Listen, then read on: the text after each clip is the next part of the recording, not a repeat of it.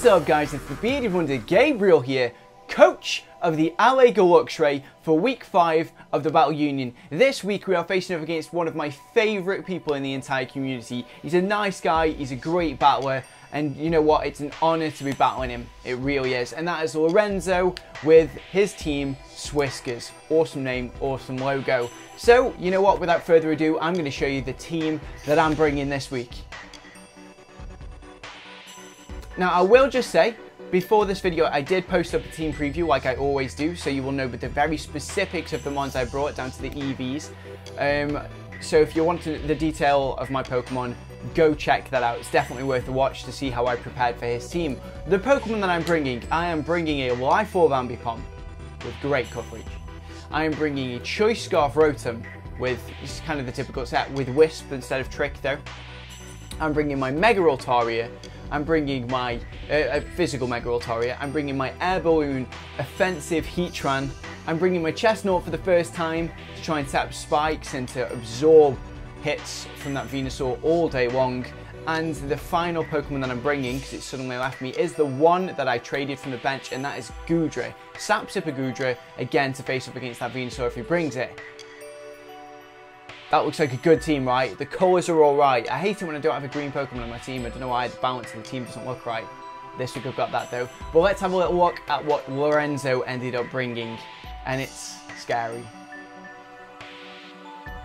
Okay, so as you can see, Lorenzo has a mighty fine team. I've already gone through it in my team preview. It's ridiculously full of bulk. And the Pokemon he decided to bring against me, well, I ended up getting 5 of the 6 months correct. I did not really see Ferrothorn coming, but it did. And that is Kyurem, Victini, Landorus, Thundurus, which is a new addition to his team, Venusaur, Mega Venusaur, and Fortress. Yeah, that is the team I'm facing off against, and it is fucking terrifying because that is a damn strong, bulky ass, powerful team. So as soon as I hit that challenge button and saw that team come in front of me, honestly, the fear was definitely with me. And you know what? Let's see how I did. Okay, so looking at his team, I thought, you know what? My best lead is going to be Ambipom because he might lead with the Fortress. If he does, I do get to go Fake Out Fire Punch, which should take it out. But he actually shows me that, you know what, he's going to try and scout out first with his Thundurus. Now on this, I think, just get the Fake Out for damage. He reveals at that point, though, that he's got the Protect to just soak up the hit. We do no damage. Because this has got Prankster, though, I thought, you know what, why is he stayed in? I'm going to switch out here, thinking the Thunder Wave is coming into my Rotom to soak it up. And I can get a Volt Switch off back, and that is exactly what happens. So for the first prediction actually comes through for me, which, you know what, I'm pretty damn chuffed about. He doesn't want to actually take a hit from the Rotom though, and I'm just going to fire off an Overheat to hit whatever wants to come in. He comes in with the Victini and reveals that this little bugger is actually quite bulky. He reveals the leftovers, which you'll see in just a second, and he eats up the Overheat without any trouble at all. Because I'm Scarfed and this Overheat's doing nothing and a -2 special attack, I need to get out of there though. So I, of course, just switch out into easily enough my Escargot, which is the Goodra, which can take damage from this for days. He actually predicts that though, of course. Not that I'd necessarily switch into this, but that I would switch out, and goes into his Landorus. Now I've already got the Ice Beam packed against this, so I can take any hit from it, and I know I can smash and kill this with an Ice Beam. He actually reveals at this point though that he's sub, so he gets to scout out a little bit first, seeing if I've got the Ice type attack, which I do have, and it breaks the sub, of course. And now he's got a decision to make. Does he sack off his Landorus to get some damage, or does he switch out? I'm not sure if this is the right decision on his part, but he decides getting rid of my Assault Vest is probably going to be the best play, or he predicted me to switch out and went for knockoff. I didn't want to take any risks, and I thought, you know what, I can eat up any hit. I might as well take the chance to try and kill this if I get the chance. And we do take the first one down, going to the new addition of the team, Goodra, firing off the Ice Beam against the Landorus, and it goes. He's going to come in though with the Kyurem. After the knockoff damage, I cannot take an Outrage, so I don't want to stay in.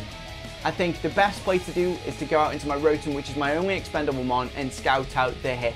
So he goes, of course, for the Outrage, locking himself into it. It does a ridiculous amount of damage to the Rotom, and I'm going to pause there, because this is where I can only say it's both mind-bogglingly stupid and also a ridiculous accident on my part. I've just seen the outrage. He's locked into a dragon type attack. I do have potential for fairy on my team. I went to my Pokemon. I went onto Altaria. I went to click bring it in. I really did. Because I thought, fairy, I can just, it's immune, it's fine. Forgetting at first that I had Mega Evolved. It was all fine. I realised at the right point and then accidentally clicked him in anyway. So as you'll see, I'll click play. My Altaria comes in. What a complete and utter waste. I couldn't believe it. I was livid. I literally dropped to the floor. I was so angry and upset with myself. I couldn't believe I'd made that such a misplay. I mean, it was a misclick. I didn't mean to click it, but it happened. Now though, I can come in with my Ambipom, knowing I can get a fake out for damage and see basically just sort of scout what he wants to do. At this point, I'm thinking he probably just want to go for the outrage and lock himself into it again, predicting because I might switch. And he's confused, so he might not break through it. So I think he's going to switch out. So I go for the return anyway, thinking nothing that comes in wants to take the return. And it turns out it was actually a good play. He comes in with the Ferrothorn. Now I already know in my mind I can actually do damage to this, and now the Fire Punch is close to KOing. He's going to think though, why is he staying in? He's got to switch out. So we hit with the Fire Punch, which definitely takes him by surprise. But he eats it up ridiculously well, to be completely honest. That Fire Punch was a very low roll because we had a chance of KOing, but he ate it up and he goes for the Volt Switch. Probably didn't go for Stealth Rocks or Spikes, thinking that I was actually going to switch out and he could get some initiative, but we stay in with the Ambipom.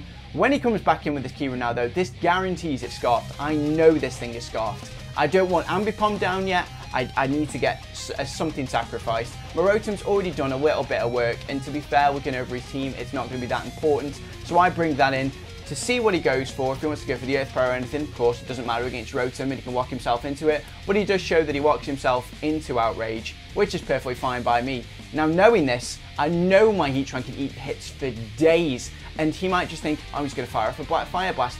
Nah, he's going to hit the Outrage, but this Heatran is made to deal with a Kyurem that doesn't have Earth Power. He sadly breaks my Air Balloon with a crit, which didn't really matter at all, and we reveal, when it actually comes to it, because it's just showing confusion, that we do actually pack the Flash Cannon, and there is kill number 2 to our team, and the differential is now 4 for him, 5 for me. That is one massive threat gone. That is one of the biggest threats on his team. Sorry, no, it's 4 each, and that is ridiculous. He comes in with Thunderous. I don't want my Doom Train taking any damage, and my Gudra can eat hits for days. So that's going to come back in to soak up any attack he wants to go for. Of course, though, because he wants some sort of initiative, he's going to switch out with the Volt Switch, doing minuscule damage to the Gudra, but getting to actually bring in whatever he wants against it. He does now, looking at his team, he's only got a few options. He can come in with the Ferrothorn, but it's just going to die, there's no point. Or he could come in with a Victini, which can eat hits for days. So I, at this point, think, you know what, Gudra's done a lot of work. I don't want anything else getting burned. I don't want anything else taking a V-Create. Don't want to go into Heatran just yet because I don't know what moves he's got, so I'm going to stay in with Gudra, and he does actually reveal that he is Wisp. So good job I didn't go to Ambipom or anything like that. I'm going to fire off a Draco Meteor just to see how much damage it does, really. And to be fair to a defensive mon, this does like an okay amount. It's nothing special, and we get a -2 drop on our special attack, so that Draco is not going to do much more. But at the same time, again, I need to scout out what type of attacks that he's got. I need to know if he's physical or specially attacking. So I stay in with the Gudra, he fires off a Psychic to do damage and shows that he's specially attacking, which means he may not have V-Create after all. I'm just going to go fire off the Draco Meteor once again, and I think at this point I'm trying to convince him that I'm going to definitely sacrifice this off. I know my Heatran can take any fire attack, I know my Heatran can take any Psychic attack, and Gudra at the end of the day might actually be worthwhile and good later on, at least as death fodder. So I think, you know what, let's switch it to Heatran, which can eat up attacks from this, and if he decides to switch, which he does, Heatran will be good against any of his mons. And he goes out into the Venusaur for the first time we actually see it. I switch Gudra out, Heatran comes in. This is perfect for me, because I know, as long as this Venusaur doesn't have Earthquake, which I don't think he does judging from the setup of his team, I've got this. I know I can destroy this Venusaur. So the first move I go for, Fire Blast. Need to scout out the damage, see how much I'm doing, and scout out his attack. He reveals the most ridiculous thing after the Fire Blast though. I'll let you see this beautiful animation before I say it. I don't say it's ridiculous in a bad way either. We do a good chunk of damage. I know it's a 3-hit KO, and he shows his Curse set. Heatran does not care about that. I can stay in for days against this. So once again, no point in taunting yet because Curse just guarantees I'm going to outspeed. So I fire up another Fire Blast, do more damage. This is where he's got to reveal either Synthesis or Rest, basically. I'm predicting, and Rest was never in my mind until I saw him just do it, basically. And I thought, okay, there is no point in me hitting Taunt. Because he's done 3 moves now, or because he's going to have Sweep Talk, obviously.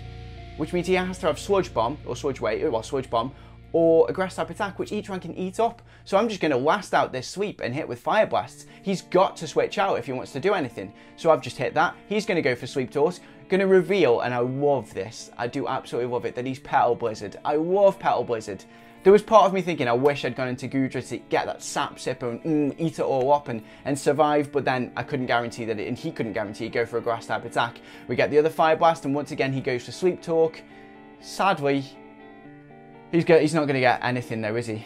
It's in a bad situation for him. He needs to wake up or switch out, and he goes for the Sweep Talk again, getting the Curse, which is going to do nothing. Now my Fire Blast is guaranteed to KO unless I miss, which is what he was playing on.